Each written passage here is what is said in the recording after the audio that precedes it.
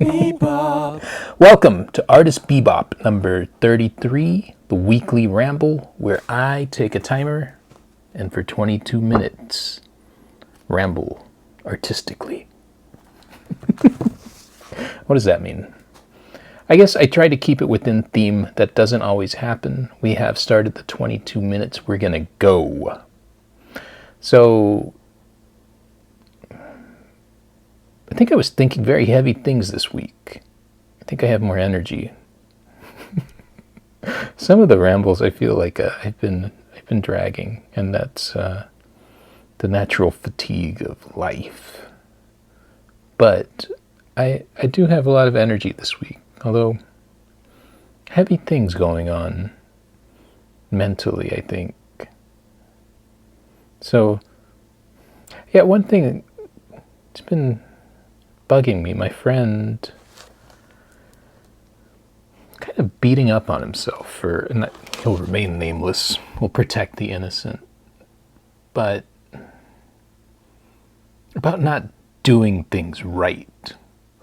You know, I didn't get this right. Retroactively looking and beating himself up, and we're talking, and I guess he's looking to me for counsel. And I started to think about it, because I guess everyone probably does it. I've worked on not doing it because I don't find that it's productive. And what I told him was, of course, there are missteps, there are losses, and I've experienced all of that. You know, to get the things that I want, I've had to try things sometimes, especially marketing wise, and the market of, they're figuring out how to market your art has probably been the biggest obstacle. Creatively, I don't have many blocks that I can flow on all day, but in terms of that, man, have I taken some losses over the years. More than I'd like to fathom. But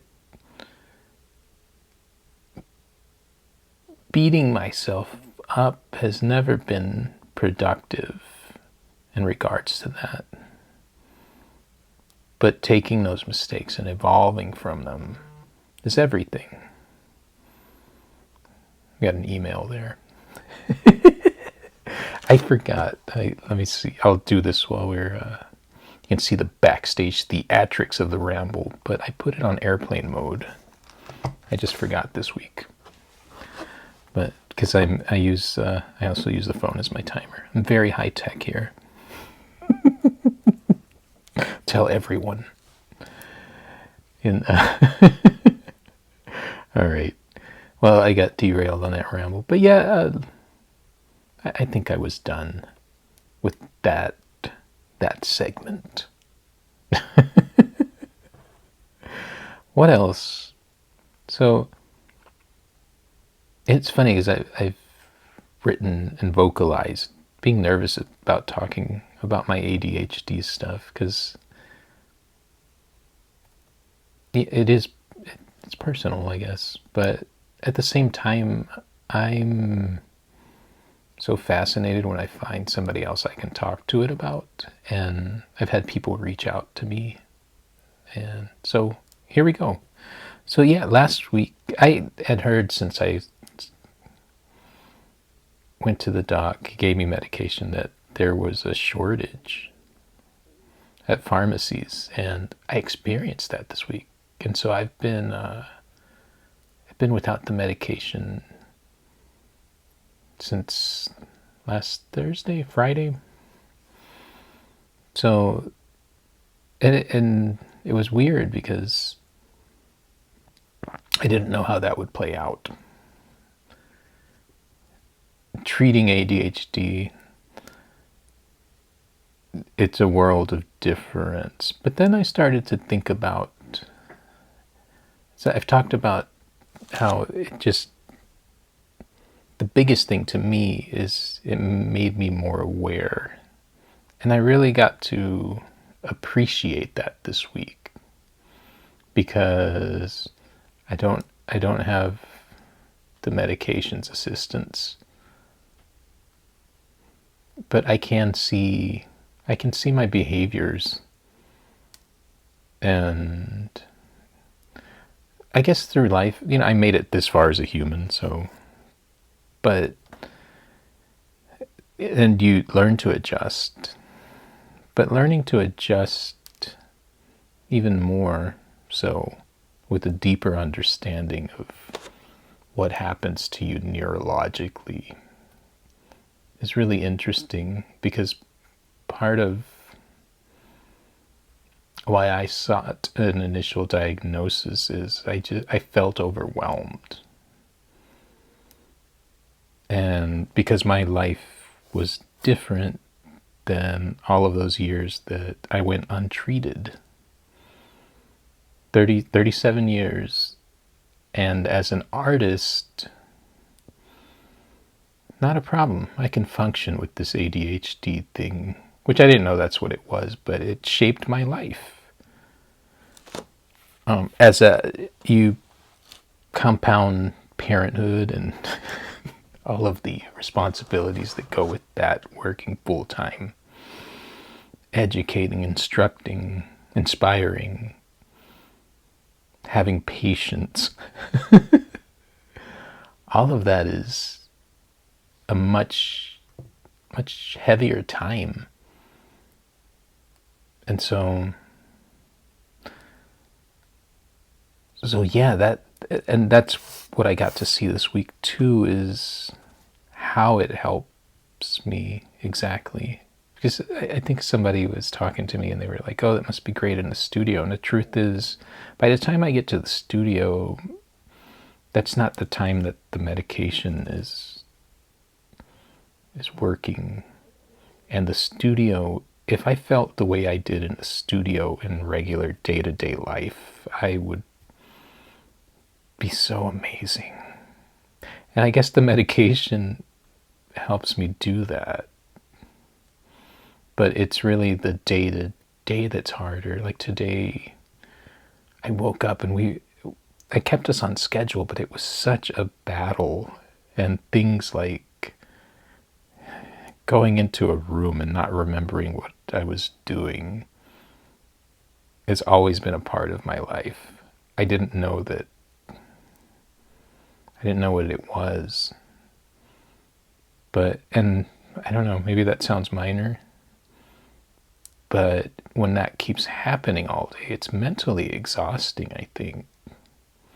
And that was another thing. I was surprised when I got on medication. One of the warnings is you might not sleep well, but for me, because it helped me be more clear-headed,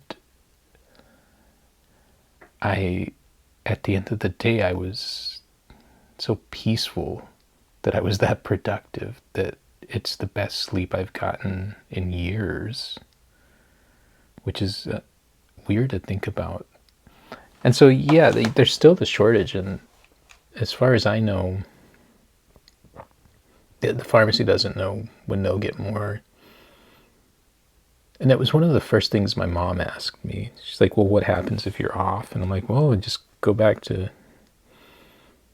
being this neurological mess that can't quite do certain things.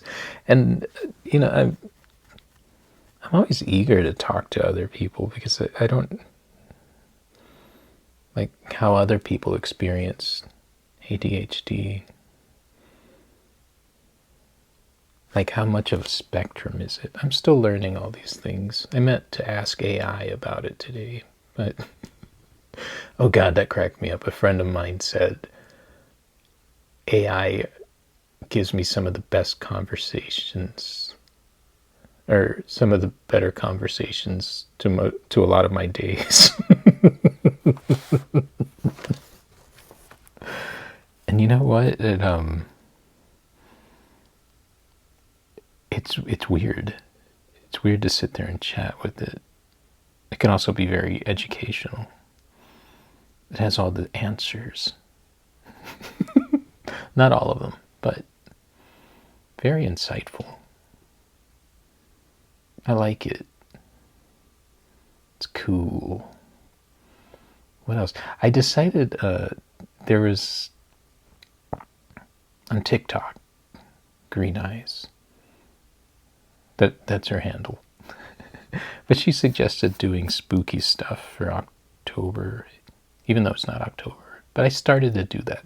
I'm having fun, so all of October I will paint spooky themed stuff. Earlier I just did a time lapse for the Fat Boys.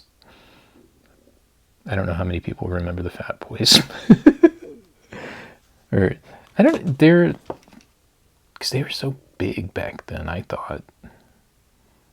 But I hardly ever hear them mentioned.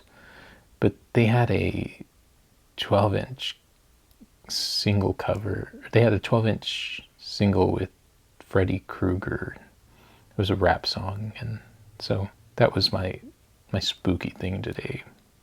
I've been doing monsters too. Those are fun. So a friend of mine sent me Herman Monster trying out for the LA Dodgers. Great episode. I love it when people send me stuff. Like I put some trivia about Pete Rose on the Brady Bunch, and then my friend Mark sent me Charlie Hustle on a Hustler cover. It made me smile. All of it makes me smile. I love it. What else? So yeah, I've been working on the spooky theme. Very excited. I don't know why. That's why it's cool. That's why I always ask for comments. It's not that. I mean, I have no problem coming up with something to paint, especially pop art wise. There's infinite possibilities, but I like hearing the comments because it gives me ideas, and I think a full month of spookiness is good. And then in November we could do pilgrims. Like angry pilgrims. And I've always liked the idea of angry pilgrim. I might do that. But yeah, just do a theme every month. Maybe that's a thing. Could add stuff to my plate. Which I'm learning to weave in and out. That it's okay if I do that. I guess growing up I always felt guilty about having so many interests.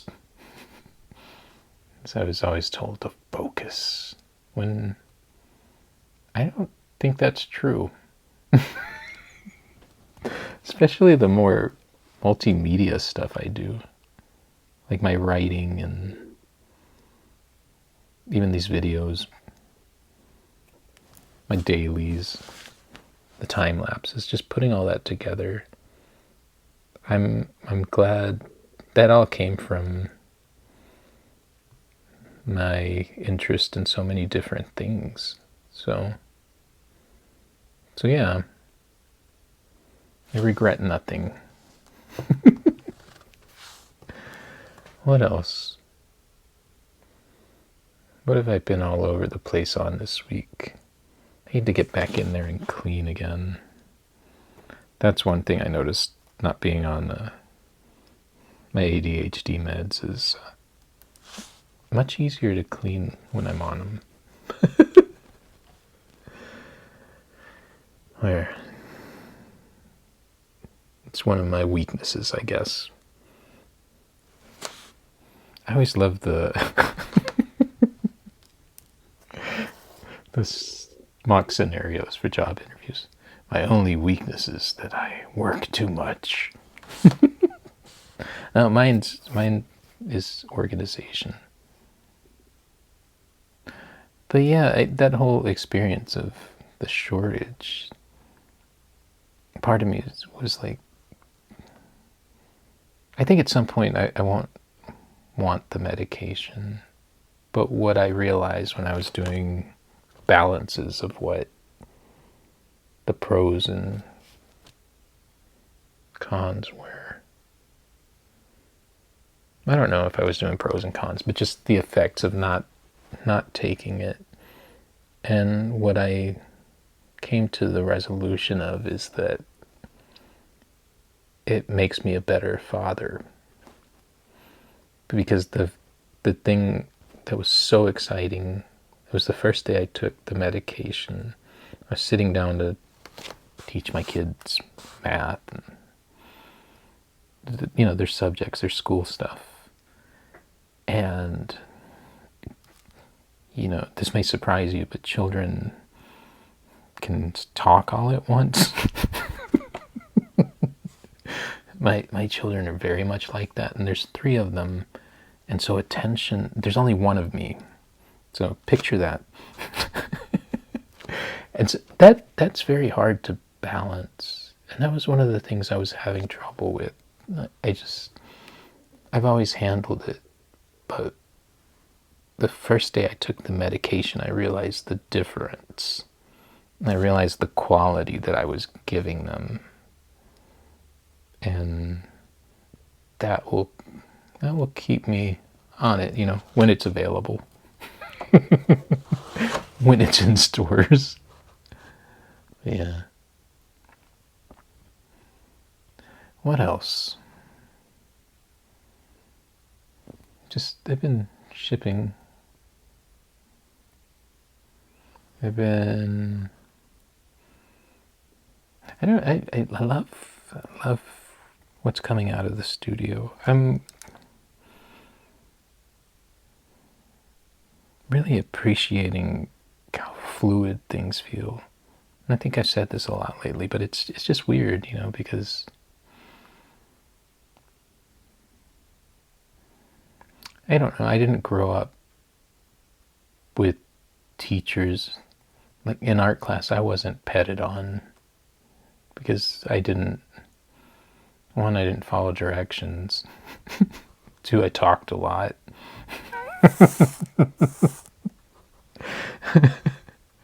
I just it's rough times, but you know, I wasn't somebody. I don't know. I didn't think I would be here with the studio full of paintings, and you know, when I look out, just like on Etsy, I think I have 994 orders lifetime, and that's not pieces, that's just orders. So there's a lot of my work in the world, and that's very humbling. And so when I see the skill develop more and more, which is good because I work hard at that. I work every day in the studio. I'm developing that muscle, and so to see the payoff, really cool. So I remember first learning portraiture and how long that would take me, and it really flows lately in all of the places I went to for knowledge. To see that in action, really cool. I forget his name, which sucks. Bad me.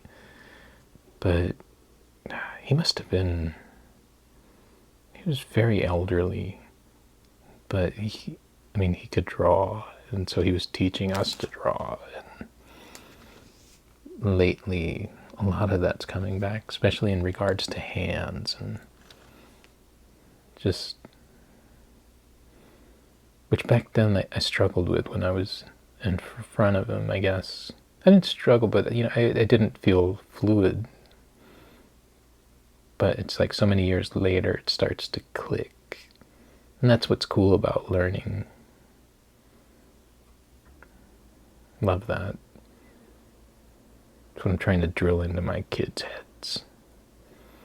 They are not readers, which I don't get time to read anymore, really, these days. But I devour books. I was telling the kids that one of my places when I was younger was just bookshelves and bookshelves and bookshelves and bookshelves, and I was so mad when I had to move. So I called my mom and said, "Why didn't you tell me to go outside more?"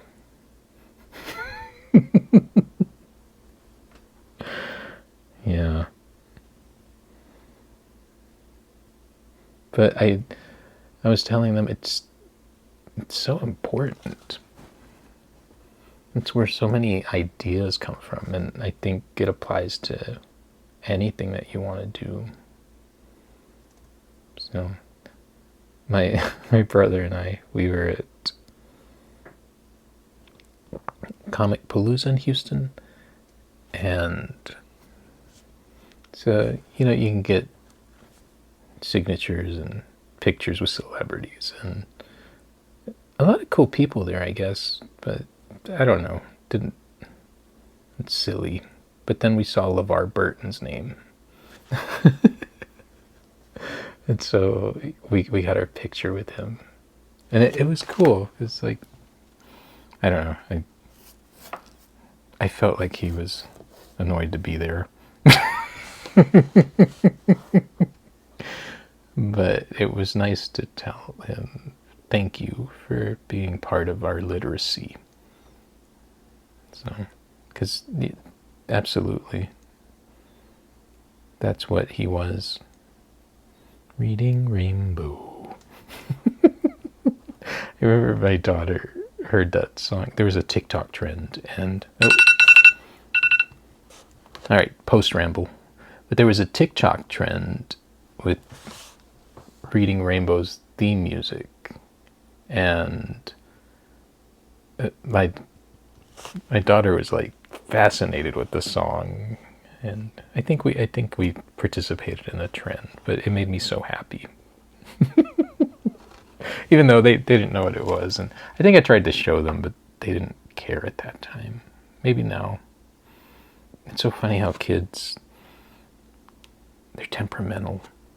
It's in regards to, in many ways, but in regards to what they like. But I think that's good. That's how curiosity works. That's how you get a taste for things. Make decisions. Shape yourself. All right. I think we've done it. Thank you for hanging with me. Write me, message me. I dig it. All right. I will see you next time. Welcome to my world, El Santos world. Bebop.